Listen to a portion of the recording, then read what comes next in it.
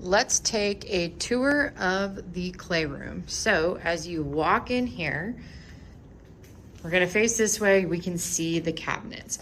This right here is the slab roller, which we'll learn about more later.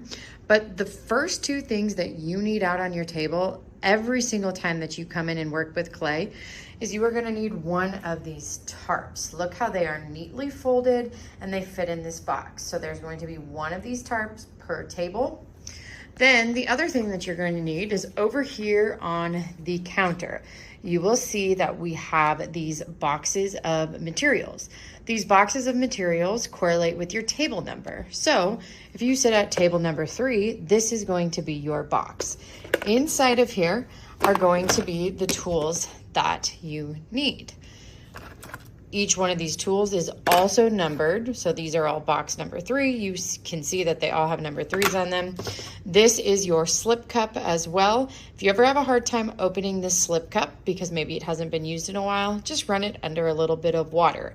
If you ever need to refill it, back here on the counter will be a large container of slip that you're just going to use this scoop, and you're going to scoop a little bit of that slip back into it.